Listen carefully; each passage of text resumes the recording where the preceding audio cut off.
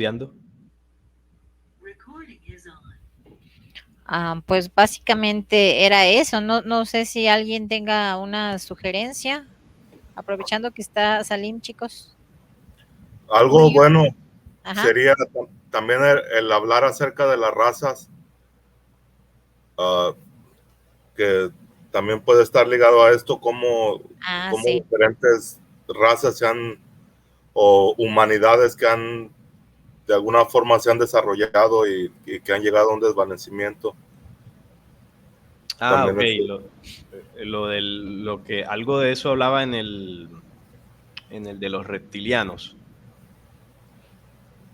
en el Sí. retroceso que tienen algunas razas, ¿no? Degradación. Creo que te entendí eso, Julio, ¿no? no, más bien históricamente, o sea, cómo a causa de cataclismos o de estas cosas que suceden, uh, se van dando estas diferentes edades, tiempos, humanidades, razas, que es Como, algo que como que ha habido esos reseteos, Julio, entiendo yo, y que a partir de que supongamos termina una era, termina una época y así como que otra vez empieza con así, de ceros, con otra humanidad, algo así.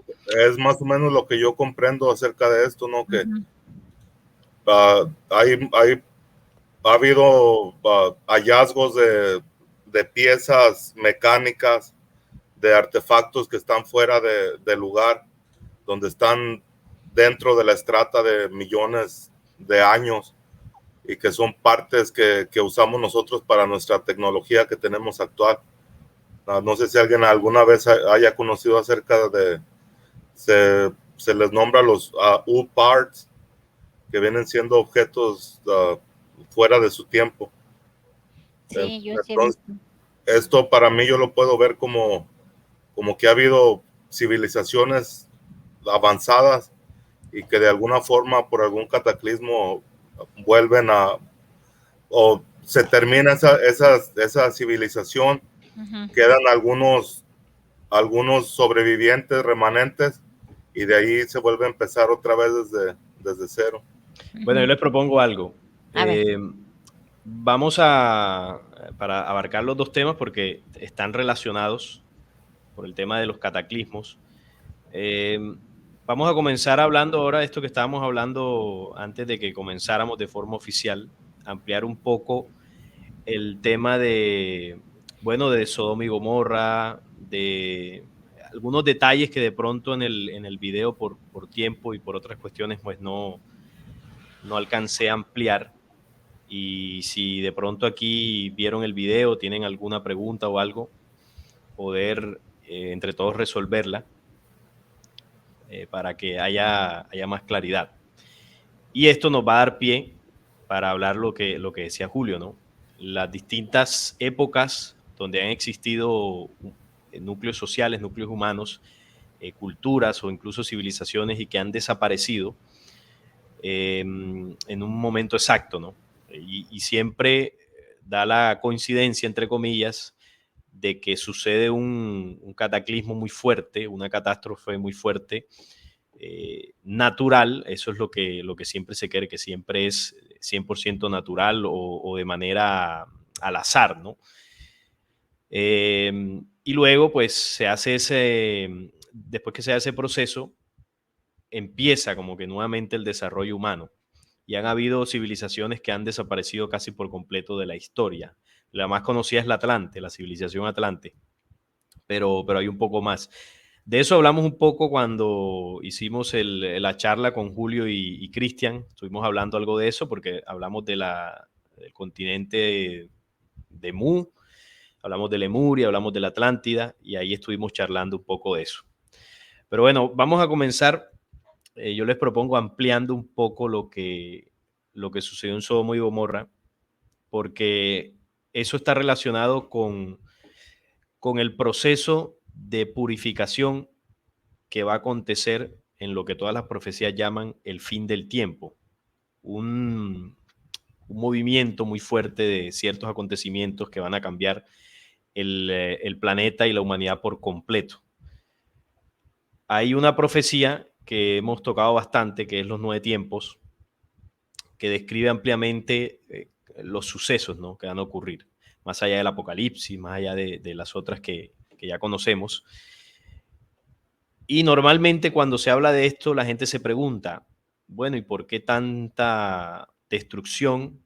Se genera el miedo, pero lo que no se comprende bien es que más allá de que la profecía muestre ese panorama, la profecía siempre anuncia, anuncia que después de eso habrá un nuevo comienzo. Entonces Julio ahora hablaba de que hay civilizaciones que quedan en el olvido y son pocos los rastros que pasan a la siguiente generación, que nos dan pistas de la existencia de una humanidad anterior. Pues en este caso, la humanidad terrestre, luego de vivir todo este proceso, dice Apocalipsis que entraremos a un nuevo tiempo, a una nueva tierra y a un nuevo cielo. Se harán nuevas todas las cosas. Los continentes, como los vemos hoy en día, quizás ya no serán, que es algo que ha pasado en otros tiempos también, y la configuración terrestre humana cambiará. Pero antes debemos pasar por un proceso de limpieza de los elementos. Y la idea es que nosotros comprendamos un poco más por qué esto sucede. Una de las preguntas que en los comentarios del video de Sodoma y Gomorra me hacían es que, bueno, ¿por qué yo hablaba de que las fuerzas de la luz hacen esto, este tipo de limpiezas o de destrucción, entre comillas, si la luz es amor, si la luz es perdón, si la luz es todo bello y bonito, las fuerzas de la luz? ¿Cómo así que yo afirmaba esto si el que destruye es Jehová? ¿Cómo yo digo que de parte del Padre Eterno vinieron estas razas a hacer esta acción? Si el Padre Eterno es amor y armonía. Obviamente, esta es una duda comprensible porque no se están teniendo en cuenta varios factores. Entonces, yo les voy a compartir aquí una parte del texto de la profecía de los 9 tiempos para que entendamos la advertencia que se ha hecho por parte de jerarquías de la luz hacia el humano terrestre. Porque es que más allá de que la luz es amor, la luz es vida, eso es cierto, precisamente por ser amor, por ser vida, por ser justicia, es que en momentos determinados es necesario hacer esto. Porque no tenemos el contexto general de la batalla estelar que se trasladó al planeta Tierra. Porque aquí está en juego no solamente la vida humana, sino la trascendencia del universo. Y son varias cosas que en la medida que nosotros vayamos entendiendo ciertos procesos que han sucedido históricamente, iremos ampliando nuestra comprensión de cómo actúa la ley eterna, que no actúa ni por emoción, no actúa por conveniencia, no actúa por ningún tipo de interés humano, económico, político, religioso. Solo actúa con equidad y justicia. Pero el concepto que nosotros tenemos en este planeta de la equidad y la justicia no es muy parecido al que realmente tienen estos atributos universales. Por eso a nosotros nos cuesta comprender ciertas acciones dentro de lo que son las jerarquías de la luz en ciertos momentos de este planeta, como por ejemplo lo de Sodoma y Gomorra. Cuando vamos al mensaje estelar, ahora me dicen si ven la pantalla. Ahí estoy compartiendo. ¿Sí pueden ver ahí el texto? Sí, Salim. Ok. Cuando vamos al mensaje estelar dentro de la profecía de los 9 tiempos, la profecía de los 9 tiempos inicia advirtiendo esto.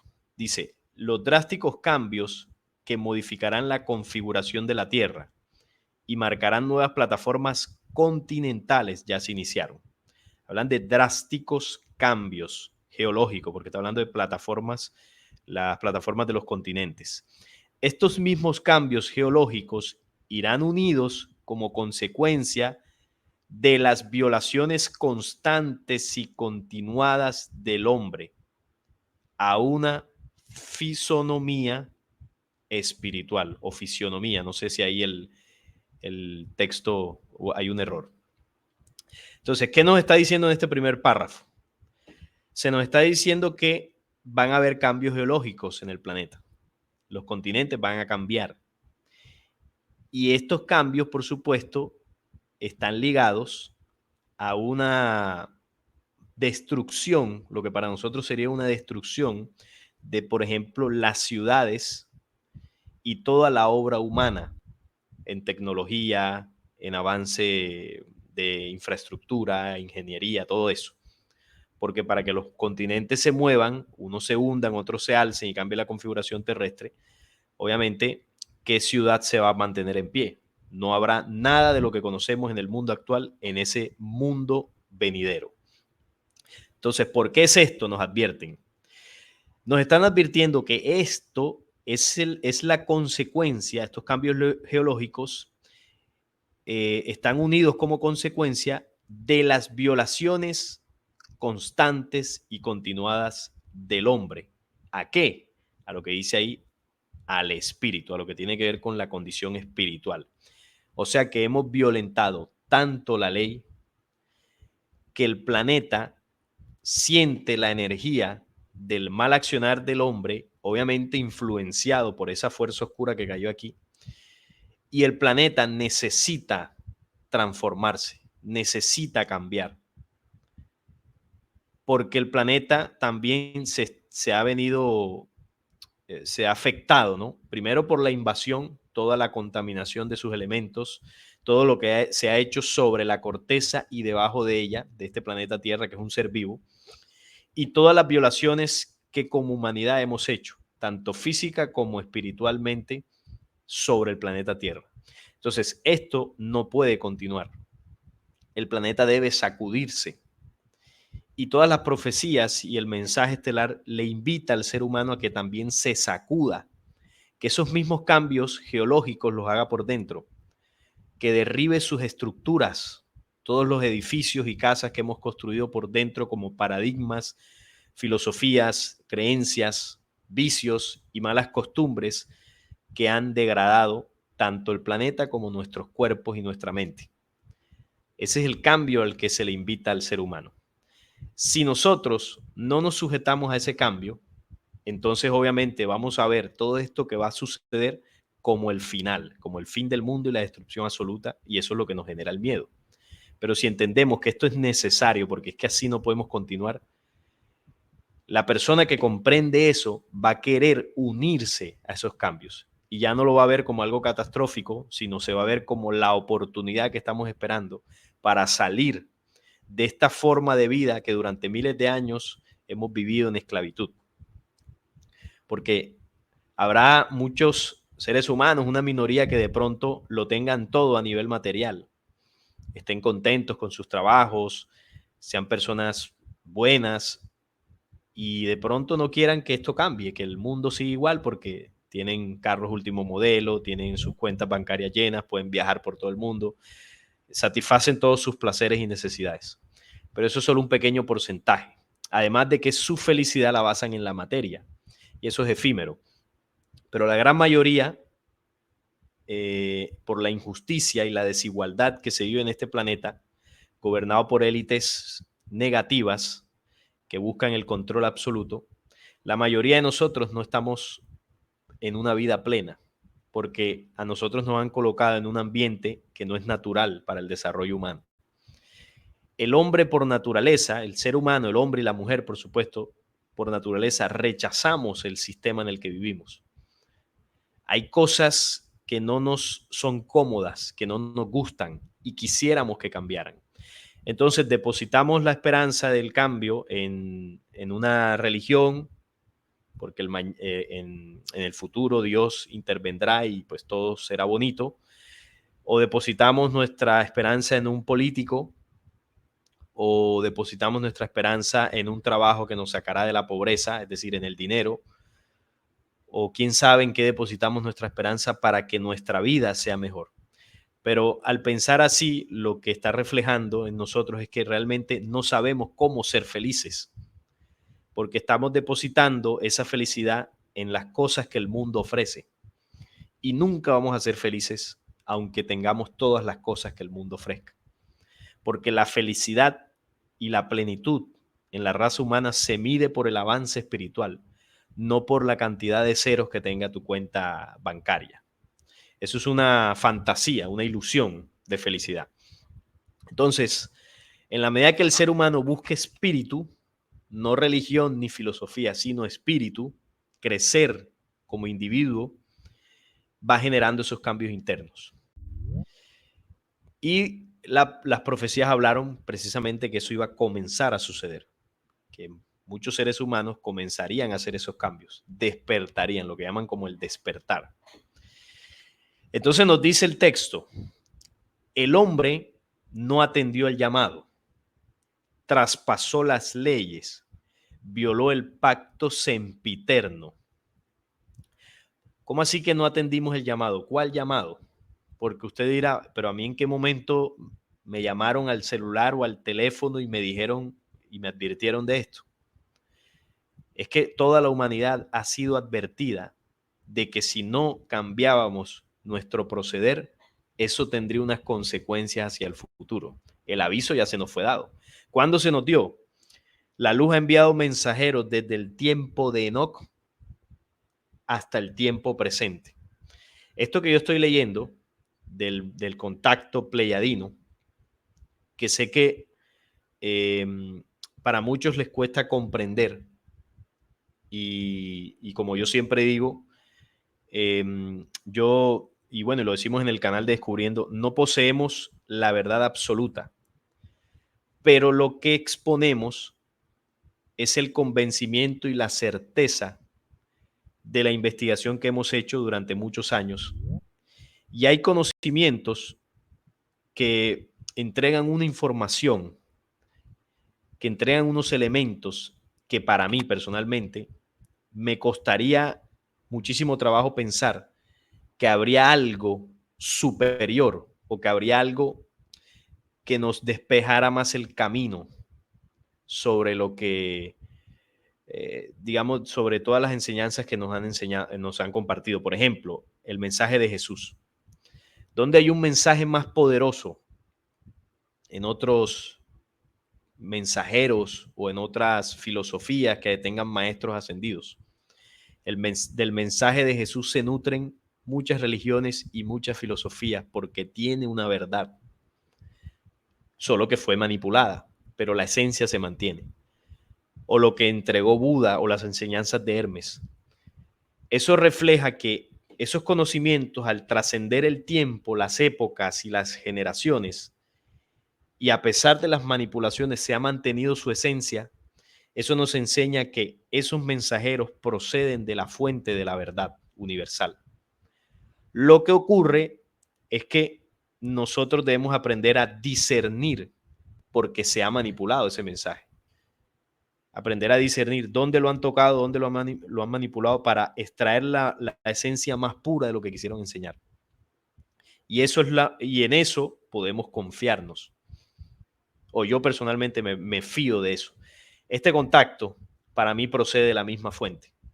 Por eso lo utilizamos mucho como base de sustento de muchas investigaciones. Porque para mí, estos mensajeros que se contactaron con Enrique son los mismos o pertenecen a los mismos mensajeros del ayer que contactaron en otros momentos a la humanidad. Entonces esa advertencia se hizo desde el tiempo de Enoc hasta el tiempo presente. Y ese contacto de los años 70 quizás fue la última advertencia, porque no ha habido más contactos con los pleyadinos. Con los pleyadianos sí, los pleyadianos la gente se sigue contactando en corrientes de nueva era y cosas, filosofías nuevas de estas que van saliendo. Los pleyadianos que dicen venir de lugares como Erra, Taigueta, y usted estudia el mensaje de los pleyadianos y dista en muchas cosas del mensaje de los pleyadinos. Tiene muchas diferencias, a pesar de que en algunos aspectos suena igual.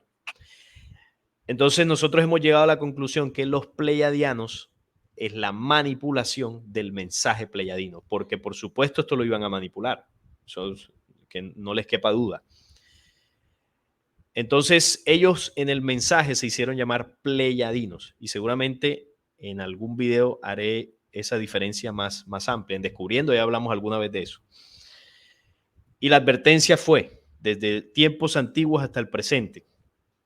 Y nos dicen, la consecuencia es tal de haber violado las leyes y el pacto sempiterno, que el orgullo y soberbia del hombre será consumido hasta el polvo. Estas grandes alteraciones serán vividas en esta generación. Esto es desde los años 70.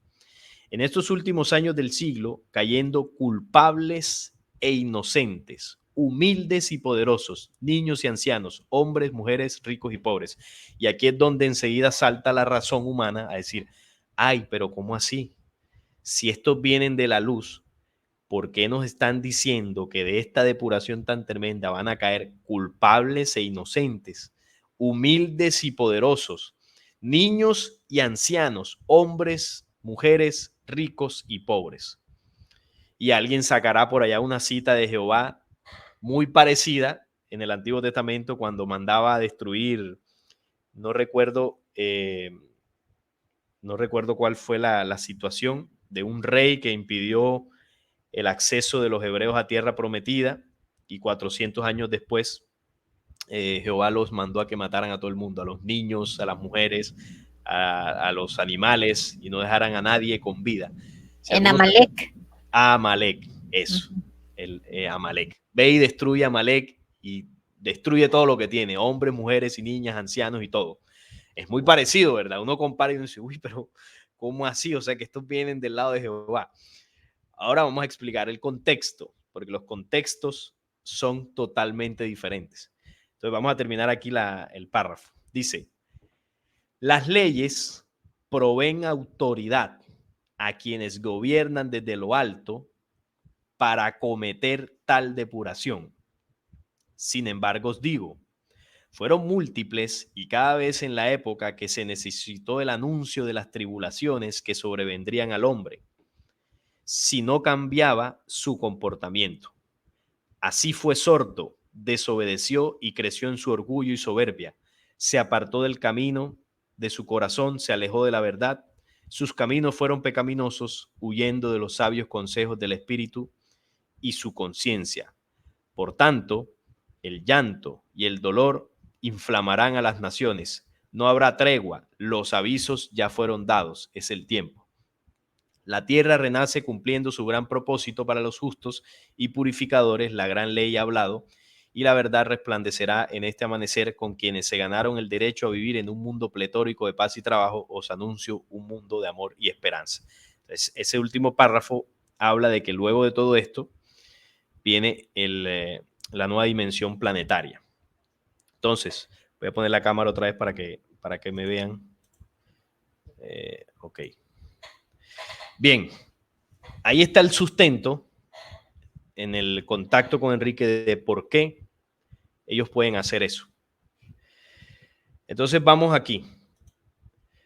Cuando se nos advierte que ya se ha hecho el llamado durante varias épocas, quiere decir que ya a la humanidad se le dio aviso. Es decir, nos dijeron que primero que habíamos sido invadidos desde el tiempo de Enoc. Enoc denunció la invasión y denunció lo que estos ángeles malos le enseñaron a hacer a los hombres. Luego, Elías, el profeta Elías, también en su época denunció la falsa adoración a estos seres. Entonces, él se peleó por allá con una bruja, se peleó por allá con 450 sacerdotes de Baal, que era uno de los entes de la rebelión. Y Elías con su propia mano descabezó a 450 profetas de Baal. Y entonces está la duda, ay, ¿por qué Elías hizo eso si era un mensajero del Señor? Bueno, eso lo vamos a explicar ahorita. Luego vinieron otros mensajeros como los profetas mayores, Isaac es el hijo de Abraham, Isaías, Jeremías, Ezequiel y Daniel, y ellos denunciaron también esa falsa oración, dejaron profecías. Vino Juan el Bautista, vino Jesús, los apóstoles siguieron con ese legado. Es decir, han habido muchos mensajeros por allá en África, han habido en América del Norte, en Centroamérica, en América del Sur. De eso Julio sabe a la perfección los mensajeros que han provenido de la primera fuente y que guiaron los pueblos. Y todos tenían, si usted compara las enseñanzas, tienen la misma característica. Es decir, el mensaje de la luz fue entregado en todo el planeta. Por lo tanto, la humanidad terrestre no se puede quejar de que no hemos sido advertidos. ¿Cuánto tiempo tienen las profecías? Miles y miles de años. Esto ya se anunció y se nos ha dicho de que si no cambiamos, si no nos transformamos, vamos a sufrir el efecto de, como dice aquí, dice, ¿dónde está la parte que dice de la soberbia? Cuando habla de la soberbia. Aquí, que sobrevendrían al hombre si no cambia su comportamiento. Así fue sordo, desobedeció y creció en su orgullo y soberbia y se apartó del camino del corazón. Es decir, una humanidad desviada completamente. Entonces, como ya está la advertencia, ya está el testimonio de que la humanidad terrestre fue advertida y está el testimonio de lo que nosotros hemos hecho en contra de la ley, de lo que hemos hecho violando las leyes naturales y el pacto sempiterno, como dice ahí. Es decir, muchachos, la humanidad terrestre ante las leyes del universo somos culpables. ¿Por qué? En principio éramos inocentes de la invasión esta negativa. Luego nos hicimos cómplices, porque a pesar de que nos manipularon, a pesar de que nos engañaron, seguimos ahí consintiéndolos. Y si luego de ser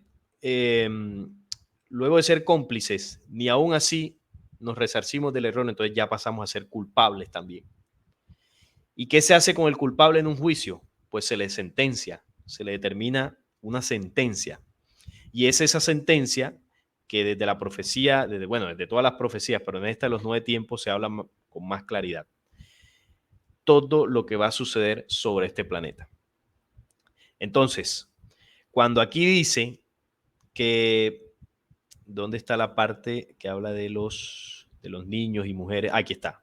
Cuando dice que la consecuencia es tal, que el orgullo y la soberbia nos han consumido hasta el polvo, estas grandes alteraciones serán vividas en esta generación, en estos últimos años del siglo, cayendo culpables, inocentes, humildes y poderosos, niños, ancianos, hombres, mujeres, ricos y pobres.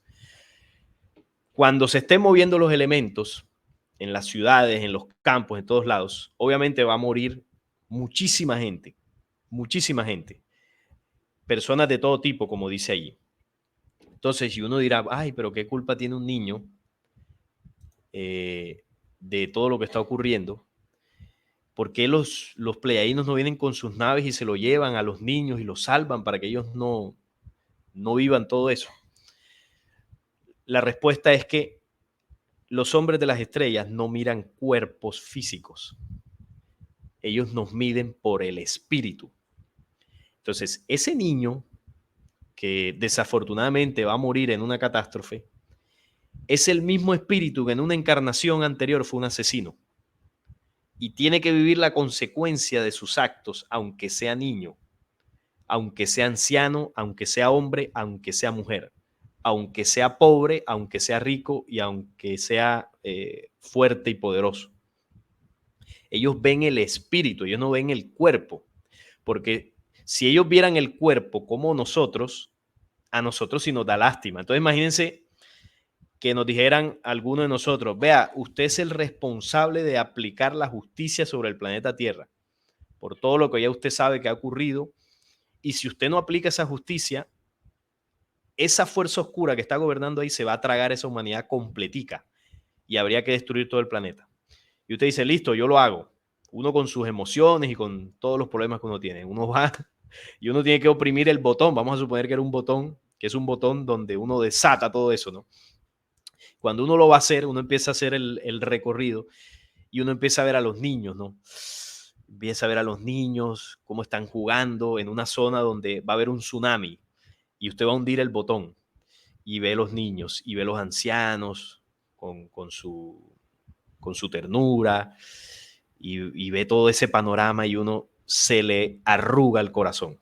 Pero no es que esa es una expresión, pero a uno lo que lo ataca ahí es la emoción, porque obviamente uno está incidido por la emoción, por emociones que nos desequilibran en algún momento, y no es que eso sea falta de compasión, o sea un proceso donde haya que tener sangre fría, porque aquí no estamos hablando de que ellos, estas razas, van a venir y van a coger directamente ellos y van a matar al niño, o al anciano, o a la mujer. No.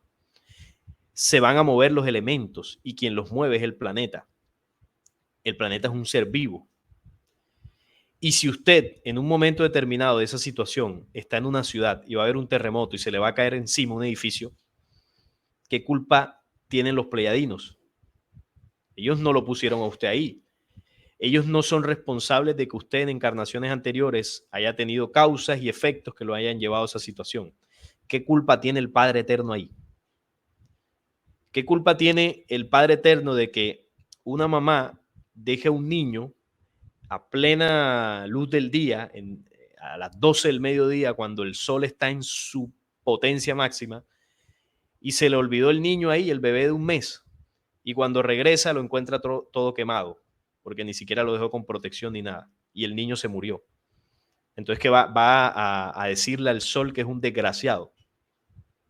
El sol es una creación que actúa con equidad y justicia. Si el sol detiene su energía porque una mamá irresponsable dejó un niño ahí, las consecuencias de esa acción pueden ser catastróficas para un planeta entero. Entonces, el sol es fiel al cumplir su ley, como lo es el corazón.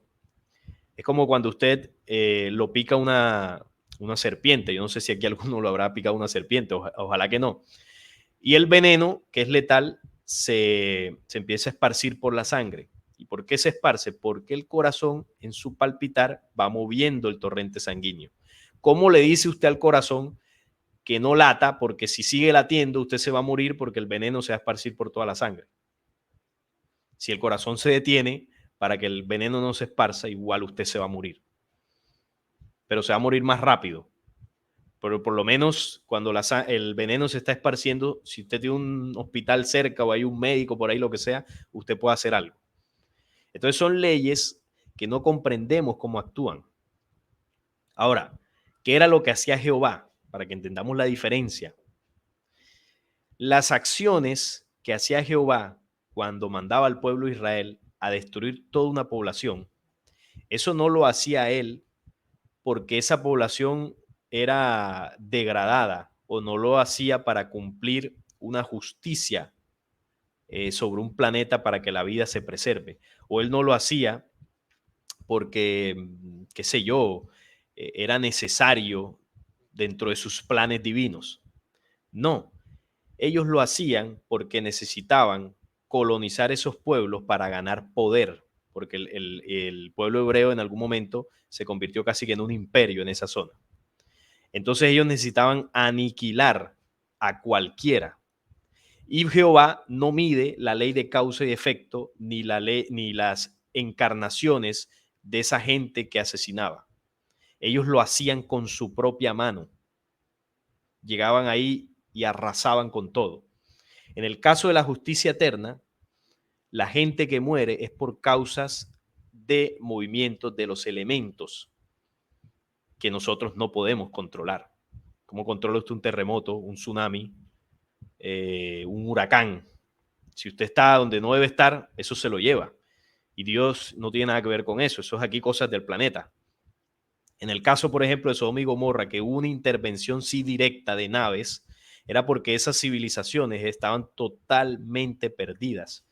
Ahí vivían entidades prácticamente. Lo mismo que en Marcahuasi, yo lo explicaba en el video, era un reducto de parte de una civilización, de lo que quedó, ¿no? De la civilización atlante. Eran gigantes muchos de los habitantes de esa zona. Entonces se entiende por qué intervinieron, porque a quienes borraron no eran seres humanos. Y si cayó algún ser humano, por ejemplo, en Sodoma y Gomorra, es porque era terco y no quiso irse. Porque me decían en los comentarios, pero ¿cómo así que Lot fue el único que sobrevivió? No sabemos si Lot fue el único que sobrevivió. Nosotros tenemos la historia bíblica y sabemos que la Biblia, pues los detalles que nos da no son muchos, pero seguramente habrán evacuado las familias y todo lo que no debía estar ahí. Y si alguien inocente pereció es porque estaba donde no debía estar. Entonces, la advertencia fue dada, por eso leía el párrafo de que el ser humano ha sido advertido. Es como el que construye su casa al lado del lecho de un río. Nosotros sabemos que eso no lo debemos hacer porque el día que el río se crezca, nos vamos a morir. Y entonces uno construye la casa. Se creció el río, destruyó la casa y se murió un hijo mío. Y entonces le echo la culpa a Dios de que por qué él destruyó la casa. Entonces son ese tipo de acciones en la que actúa la ley natural que no comprendemos. Y yo lo que estoy explicando es lo que yo entiendo de eso. No quiere decir que sea 100% así. Entonces, van a suceder cosas que para nosotros son catastróficas en el cumplimiento de los anuncios. Sí, lo serán. ¿Morirá mucha gente? Sí, morirá mucha gente. Como dice ahí, inocentes. ¿Inocentes en qué sentido? En que de pronto sea una persona que esté ya en su proceso de purificación y avance espiritual y haya avanzado y esa persona haya ayudado a mucha gente y resulta que vino un tsunami y murió. Y uno dirá, ay, pero si él no merecía morir. Pero vuelvo y repito, ellos ven espíritu. Esa persona va a reencarnar otra vez y va a reencarnar en un mejor cuerpo y en el nuevo tiempo. Pero obviamente nosotros lo vemos nefasto, ¿no? Lo vemos muy triste, porque también tenemos un concepto de la muerte que ha sido enseñado por estas mismas entidades que nos han metido el miedo a la muerte. Pero como ellos saben que nosotros vamos a reencarnar, entonces la circunstancia del movimiento de los elementos es necesaria, porque tenemos dos opciones. O eso sucede y pasamos a un nuevo tiempo, o no sucede y seguimos gobernados por la fuerza oscura que nos tiene aquí encarcelados y ellos mismos nos van a destruir. Y ahí sí no van a haber ni futura tierra, ni futura reencarnación, ni nada. O sea, nos destruimos aquí todos, tanto ellos como nosotros. Entonces, ¿qué preferimos? Pasar por esas situaciones catastróficas, entre comillas, que es momentáneo, pero que es necesario porque también nosotros, como decía el documento que leí ahí, no hemos escuchado el llamado, hemos violentado las leyes, es decir, que también es necesario que pasemos por eso. ¿Cuánto hemos contaminado los ríos, los océanos? Y si al final del tiempo se desbordan para restaurar y equilibrar la vida nuevamente, pues tenemos que vivir los efectos porque hemos violentado la ley. Lo que les decía ahorita, hemos sido responsables de esa situación. Entonces, el tener todo este contexto, que es mucho más, por supuesto, ya nos saca de la emoción y de pronto de la duda de decir, ay, pero ¿y Dios, el Padre Eterno, por qué ahora Él destruye? No, Él no destruye. Es más, ni siquiera tiene que ver con esto. Es el planeta y sus elementos. Imagínense que el Padre Eterno en un tiempo, no sé, de allá de los universos, venga esa energía y se pose sobre el planeta y diga, bueno, ahora yo voy a mover aquí los elementos y voy a destruir a estos sinvergüenzas. No, eso no funciona así. Eso es un problema aquí nuestro y que humanidades de otros tiempos nos han venido guiando y ayudando en el proceso. Pero aquí el Padre Eterno no tiene nada que ver. O sea, aquí olvidémonos de eso, que eso no tiene nada. Entonces, eso era lo que quería ampliar, muchachos, con el texto de los 9 tiempos, para profundizar un poco más en el tema. Y bueno, ahora quisiera escucharlos. Bueno, quería tocar, antes de darles paso, lo de Elías, que lo mencioné ahorita, de los 450 profetas de Baal. No sé si han leído lo que dice la Biblia. Eso está en Primera de Reyes, capítulo 18. Elías y los profetas de Baal. Ahí básicamente la historia cuenta, voy a proyectar un momento, porque es importante que se vea. A ver, vamos a compartir un momento pantalla otra vez. A ver. Ahí. ¿Ahí lo ven? Sí, Salim. Ok, voy a leer un poco la cita para contextualizar, porque sé que hay muchos que han escuchado de esto, pero no han leído lo que dice la cita. Elías y los profetas de Baal.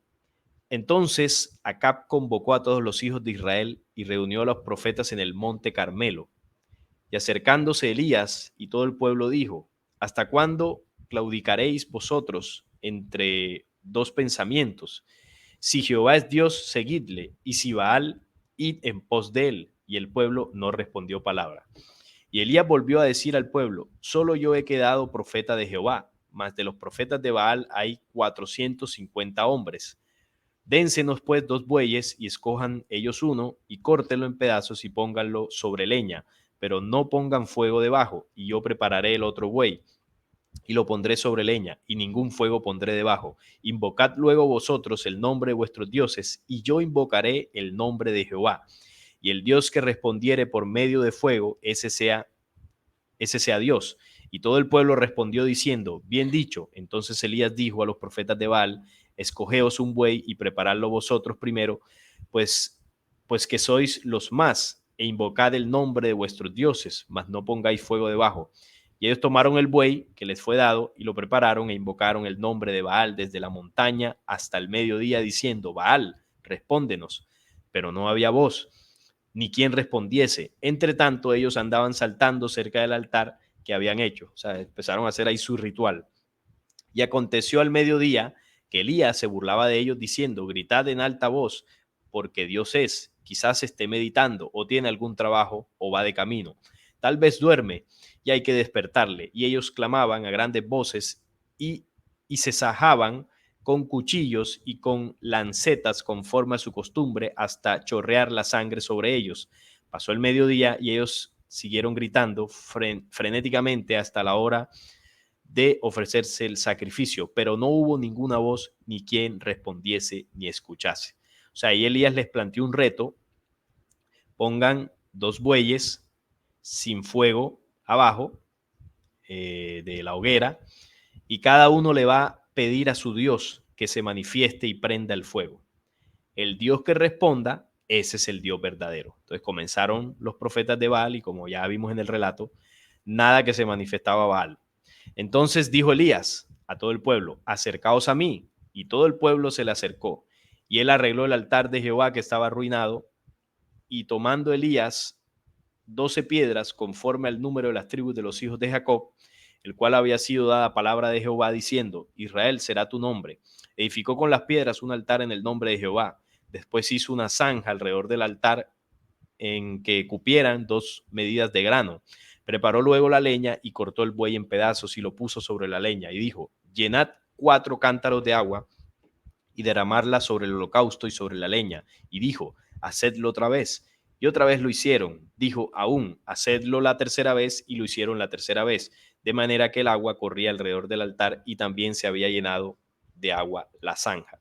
Cuando llegó la hora de ofrecerse el holocausto, se acercó el profeta Elías y dijo a Jehová, Dios de Abraham, Isaac e Israel: sea hoy manifiesto que tú eres el Dios en Israel y que yo soy tu siervo, y por mandato tuyo he hecho todas estas cosas. Respóndeme, Jehová, respóndeme, para que conozca este pueblo que tú, oh Jehová, eres el Dios y que vuelves a ti el corazón de ellos. Entonces cayó fuego de Jehová y consumió holocausto, la leña, las piedras y el polvo, y aún lamió el agua que estaba en la zanja. Viéndolo todo el pueblo se postraron y dijeron: Jehová es el Dios, Jehová es el Dios. Entonces Elías les dijo: prended a los profetas de Baal para que no escape ninguno.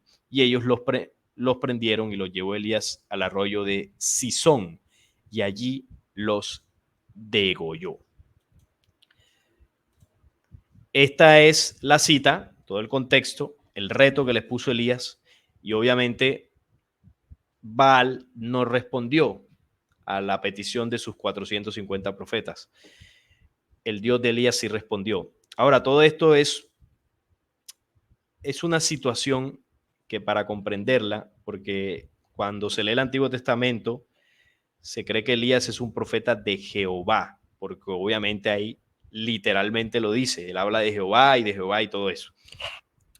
Pero en el tema del Antiguo Testamento sabemos que luego de las traducciones que se hicieron desde la Septuaginta, que es la versión más antigua, ¿no?, del Antiguo Testamento, que fue traducida desde los textos hebreos originales, se colocaba el nombre de ese Dios por todos lados. Recuerden que todo esto es tradición hebrea. Pero Elías no era profeta de Jehová. Elías era un profeta de la fuente de la luz. No era de Jehová como tal. Porque Elías es el mismo Juan el Bautista, que reencarnó tiempo después en el cuerpo de Juan el Bautista, que es el mensajero que preparó el camino del Cristo. Entonces ahí vemos la relación. Y Elías se apareció también en la transfiguración del Cristo. No junto a Moisés, como se quiere hacer ver, sino junto a Enoc. Porque Elías y Enoc fueron los únicos dos profetas que no murieron, fueron llevados por carros alados, por naves. Entonces, Elías es profeta de la luz, no de Jehová. Que ahí se coloque Jehová es por el tema de las traducciones del Antiguo Testamento. ¿Qué es lo que ocurrió ahí? Elías retó a los profetas de los falsos dioses, en este caso de Baal, a que prendieran fuego al holocausto, al buey, ¿no? Al sacrificio que estaban haciendo ahí en el símbolo. Entonces, obviamente sabemos que el pedirle a Dios para que te prenda fuego a una hoguera, eso no sucede, eso es fantasía. Usted le puede rezar a cualquier Dios y eso no se va a prender mágicamente. ¿Qué era lo que estaba haciendo Elías? Como Elías sabía que eso no iba a ocurrir, Elías estaba comprobando que esos profetas, que se hacían llamar profetas de Baal, estaba comprobando la falsedad de ellos y que realmente no eran seres humanos. Los 450 profetas de Baal eran entidades que habían invadido esas poblaciones y las habían incitado a la adoración de sus falsos dioses. Es decir, eran mensajeros de los falsos dioses. Pertenecían al mismo grupo, esos falsos profetas. Entonces, ¿qué pasa? ¿Por qué a Elías sí se le prendió el fuego? No porque el Padre Eterno haya enviado una llamarada y prendió el... No. Como Elías era parte de las fuerzas de la luz, obviamente Elías estaba custodiado por naves. Y seguramente alguna de estas naves de la luz le prendió la hoguera y para que la gente la viera, como en varios sucesos de la vida de Jesús pasó, que cuando en citas dice, no, se oyó una voz en el cielo que decía que este es mi hijo amado. No, esto eran naves que estaban por ahí, o la famosa paloma o la famosa estrella de Belén. Todo esto eran sucesos extraterrenos, de naves que la gente no sabía qué era lo que estaba sucediendo y lo explicaban de otra forma. Entonces Elías prendió el fuego. Cuando Elías comprobó que estos eran falsos, porque tenía la autoridad, siendo un mensajero de la luz, cogieron y los amarraron a estos bichos para que no se escaparan y siguieran haciendo daño y los degollaron. No eran seres humanos, estos falsos profetas. Eran entidades que habían posesado o tenían apariencia humana. Que eso es lo que muchos desconocen. Se creía que eran personas como el sacerdote de la iglesia, o el gurú de alguna religión que representa a un dios. No, no eran seres humanos, eran entidades, eran bichos, eran de la misma raza de los seres caídos. Y estaban promoviendo el culto a estas falsas deidades. Entonces Elías los retó, hagan esto. Como no pudieron, entonces le demostró al pueblo, porque tampoco él iba a llegar de frente a hacer ahí la limpieza, ¿no? Porque la gente creía en ellos. Entonces él dijo, les voy a poner un reto y como yo sé que no lo van a cumplir, porque estos son falsos dioses, y Baal no se va a aparecer por aquí, porque aquí están las naves de la luz y donde ellos se aparezcan se forma aquí lo que no está escrito. Entonces él dijo, bueno, prendan el fuego, a ver. Y le dijo al pueblo, son falsos, el Dios mío es el verdadero, ahora los voy a degollar. Y los degollaron, o sea, los asesinaron, pero no eran seres humanos. Eran entidades. Entonces quería aclarar ese punto porque en varias ocasiones yo he mencionado que Elías es profeta de la luz y me sacan el argumento de que, mira, pero él asesinó a 450 personas. Vea, yo le digo, ningún asesino en serie de la humanidad ha matado a tanta gente. Ni Pablo Escobar, en el caso colombiano, ni este Garavito, el que asesinaba y se comía y violaba a los niños. Creo que es Luis Alfredo Garavito, que está preso y en un par de años supuestamente lo dejan libre. Ni los asesinos en serie que usted conozca, que casos conocidos, no he escuchado ninguno que haya asesinado más de 400 personas. Ha asesinado 300 y pico hasta que los cogen. Entonces imagínense, Elías a 450, tremendo asesino, el papá de los asesinos en serie. No, ahí se desconoce la verdadera historia de lo que sucedió. porque obviamente se analiza la Biblia como un texto meramente religioso. Cuando se quita el velo religioso y se comprende que la Biblia relata sucesos que tienen que ver con la vida extraterrestre también, entonces se pueden comprender más las cosas. Eso era lo que quería aclararles y compartirles del tema de Elías. Entonces ahora sí los dejo para que de pronto comenten o hagan algún aporte, alguna pregunta que enriquezca más el diálogo.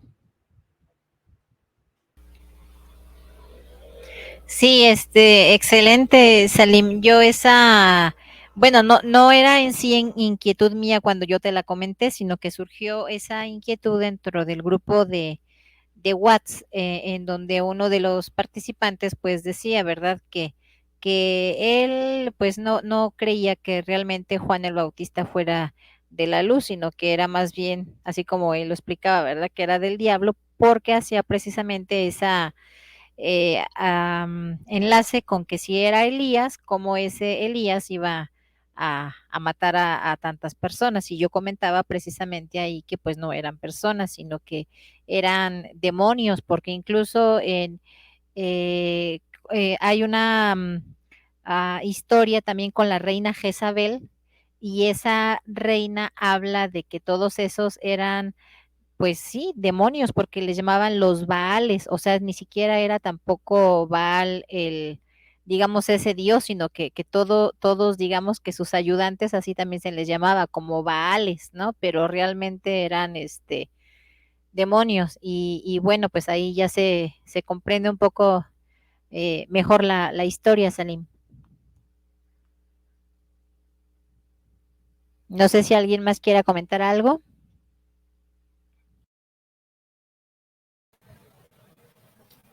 Bueno, sí, a mí me gustaría comentar algo acerca de la ciudad de Marcahuasi que menciona Salim, o que tocó el tema. Es que yo de esto, he tenido una investigación acerca de esto, en donde se habla de la aparición de dos soles y una lluvia de fuego sobre estos pueblos, que creo que es en el Perú donde se encuentra esa ciudad. Sí, Perú. Sí, y esta historia habla que, que todo esto fue causado por Dios, ¿verdad? Así como lo veían ellos, y que aparte está muy cristianizado porque todas estas historias salieron después de lo que fue la conquista europea en las tierras americanas. Entonces, ellos cuentan en su tradición oral que hubo la aparición de dos soles y seguido por una lluvia de fuego, pero que todo esto era para terminar o exterminar a la raza de los gentiles. Es lo que se menciona en este relato de tradición oral quechua, si no me equivoco, y que es un tema que yo he seguido porque en esta parte o en esa parte se presume que vivieron esta civilización remanentes de otras partes del continente que llegaron después de lo que fue la presencia de los pueblos originales de Mu hacia la América, porque los Hopi dicen que ellos fueron la primera raza o el primer remanente que llegó, que provenía de la isla de Mu o del continente de Mu. Entonces, este tema yo lo he seguido hasta tener también pruebas de estos gentiles uh, habitando lo que son las costas de Veracruz en México, donde también hay historias de muchas personas donde se encuentran estos artefactos que para el uso de un humano común son muy grandes. Y se habla que eran personas muy altas que tenían unas características físicas tipo nórdicas, y que por lo regular vivían en las cuevas alejadas de las poblaciones que se empezaban a desarrollar alrededor de donde ellos vivían. Y otra cosa interesante es que vivían por muchos años porque había historias de los mismos personajes que a veces había encuentros cercanos con los pobladores y donde lo veían hasta por 2 o 3 generaciones diferentes al mismo personaje. Entonces ahí pudo haber quedado después de esa exterminación algunos que se salvaron y que pudieron haber emigrado más hacia el norte. Qué interesante. Fíjate que lo que dices de la historia quechua, creo que dijiste, que aparecieron 2 soles, encaja con la parte de la investigación que yo decía que eran naves del disco dorado de Miguel, porque son naves doradas, es decir, el brillo que emiten y junto a lo que reflejan, ¿no?, de la luz del sol, podría parecer como 2 bolas de luz que se posaron sobre ese lugar y dispararon, o sea, hicieron llover fuego, ¿no?, como dicen las historias. Armas bioplasmáticas que desintegran, van desintegrando como hace la lava, con fuego. Así que qué interesante ese aporte, eso no tenía ese dato, Julio, gracias. Sería bueno charlar un día sobre ese tema, ¿no? Sí, claro, yo tengo algo que ya he desarrollado un poco acerca de ese tema y hay mucho más de donde se puede sacar más acerca de ese tema, porque en mucho de la tradición oral de los pueblos del Ecuador principalmente, se menciona que casi al mismo tiempo que empezaron a llegar estos otros pueblos originales o de las 4 razas originales, al mismo tiempo en otros puntos del continente empezaron a llegar los gigantes, que se dice en estos relatos que llegaron por medio de balsas o embarcaciones. Y aquí en lo que es toda la región de Norteamérica hay muchos vestigios de huesos de personas o seres que tuvieron una estatura de hasta 3 metros de altura. Se han encontrado en entierros donde muchos de estos seres eran los jefes de tribus y controlaban a los nativos, y en los entierros se encuentra todo el tiempo a 2 mujeres nativas a sus pies en posición fetal.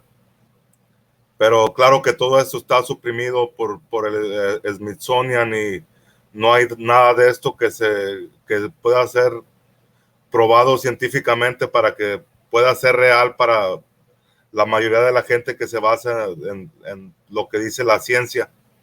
Pero de que hay los vestigios existen, y esto es prueba de cómo han podido también de alguna manera sobrevivir estas entidades, y que a lo mejor en este tiempo los que están detrás de estos gobiernos malignos, de estos poderes que nos aprisionan, vienen a ser la descendencia de todas estas alimañas que se pudieron salvar de su exterminación. Sí, son sus descendientes. Sí. Pero qué interesante, Julio, ¿no? Hay que cuadramos un día a ver para ver si hacemos otra charla así como la que hicimos con Cristian, que fue muy interesante. Aprendí muchísimo. Porque obviamente tú manejas mucho más ese legado ancestral, y a mí ese tema siempre me ha gustado. Yo lo he investigado, pero no, o sea, no tengo un amplio conocimiento así de todas las historias ancestrales. Así que sería muy interesante hablarlo de lo de Marcahuasi, porque tú tienes ya otras investigaciones que complementan lo que allí ocurrió. Nosotros hicimos un programa en Descubriendo hace años, fue radial, ni siquiera fue yo ahí en el video dije que lo habíamos hecho en el canal, pero no, es que no me acordaba. Y la gente me pregunta, ay, ¿dónde está el video? No, eso está en la página Descubriendo. Fue un programa de radio, solamente está en audio, aunque creo que William Matamoros lo puso en su canal. lo debe tener en el canal Despierta Este del Tiempo. Y ahí hablamos de Marcahuasi. Hablamos de Marcahuasi. Esa historia es muy interesante. Todo lo que ocurrió ahí, muy parecido a lo de Sodoma y Gomorra. Bueno, ¿hay alguien más que quiera comentar algo del tema? Hola a todos, perdón por la Cristian. conexión tardía. Hola, Cristian.